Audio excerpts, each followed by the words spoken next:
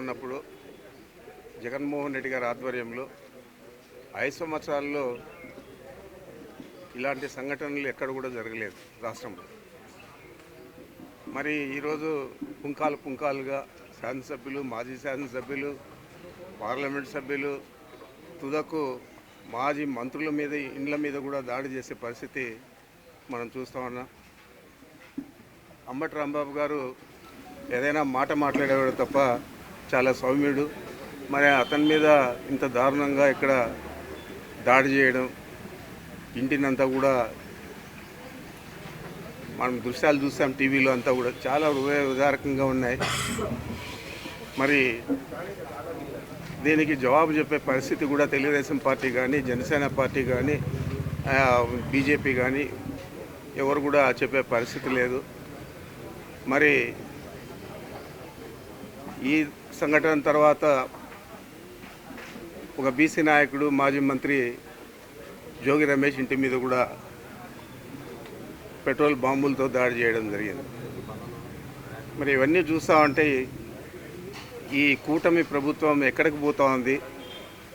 వీళ్ళని నిజంగా రాజకీయాల్లో మళ్ళా తిరిగి మనుగడ సాగించాలని ఆలోచన చేస్తూ ఉన్నారా లేదా? మరి రాష్ట్ర ప్రజలందరూ కూడా చూస్తూ ఉన్నారు.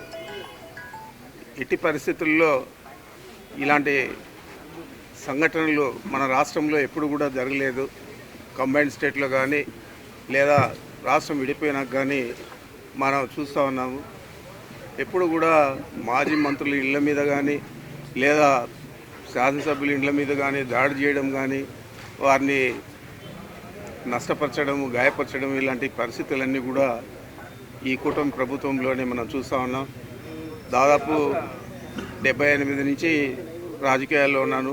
ఎప్పుడు కూడా ఇలాంటి పరిస్థితి ఏ పార్టీ కూడా చేయలేదు.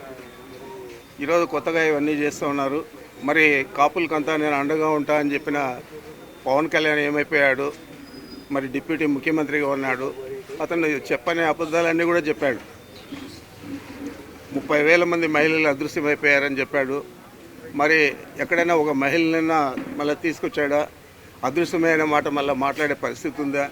అధికారంలోకి వచ్చిన తర్వాత అవే కూడా లేకుండా ఏవైతే స్క్రిప్టులు రాసిచ్చారో చంద్రబాబు నాయుడు, లోకేష్, వీళ్ళిద్దరూ రాసిచ్చిన స్క్రిప్టులు చదివి ఆయన మనల్ందరినీ కూడా తప్పుదోవ పట్టించే పరిస్థితి చేశాడు.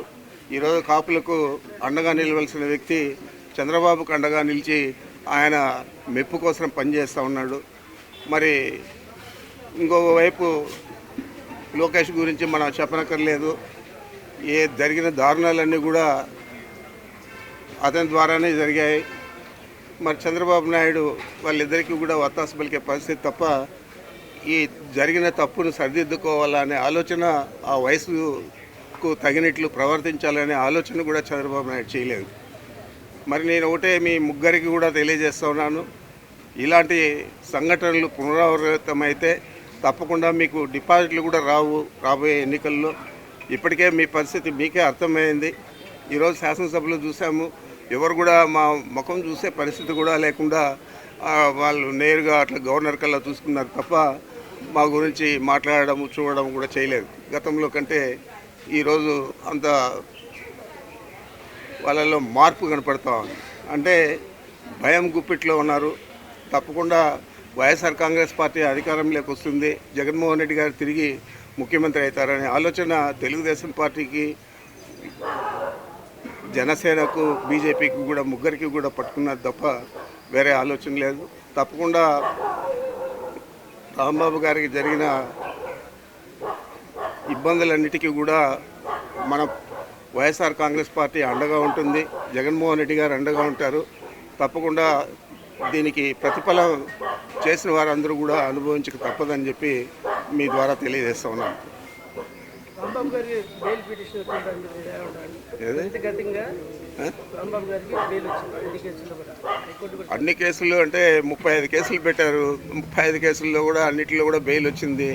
మరి ఏం తప్పు చేశాడని చెప్పి మీరు జగన్మోహన్ రెడ్డి గారిని ఏకంగా మమ్మల్ని ఎవరైనా తిట్టినా పర్వాలేదు, అధికారంలో జగన్మోహన్ రెడ్డి ముఖ్యమంత్రిగా ఉన్నప్పుడు మీరు ఏం మాట్లాడినారు జగన్మోహన్ రెడ్డిని? మీరు దాని మీద ఏమైనా చర్యలు తీసుకున్నామా? మీ మీద ఏదైనా కేసులు పెట్టామా? ఏది కూడా చేయలేదు. ఈరోజు ఏమి మాట్లాడుకున్నా ఏదో చిన్న మాట మాట్లాడితే ఒక పొరపాటున ఎమోషనల్గా ఎవరైనా మాట్లాడతారు. అది మామూలు సర్వసాధారణంగా జరిగేది రాజకీయాలలో. దానికి మీరు ఇంత పెద్దగా ఇంటి మీద దాడి చేసి ఇవన్నీ చేశారంటే ప్రతిఫలం తప్పకుండా అనుభవిస్తారు. ఈ రాష్ట్ర ప్రజలందరూ కూడా ఇది గమనిస్తూ ఉన్నారు.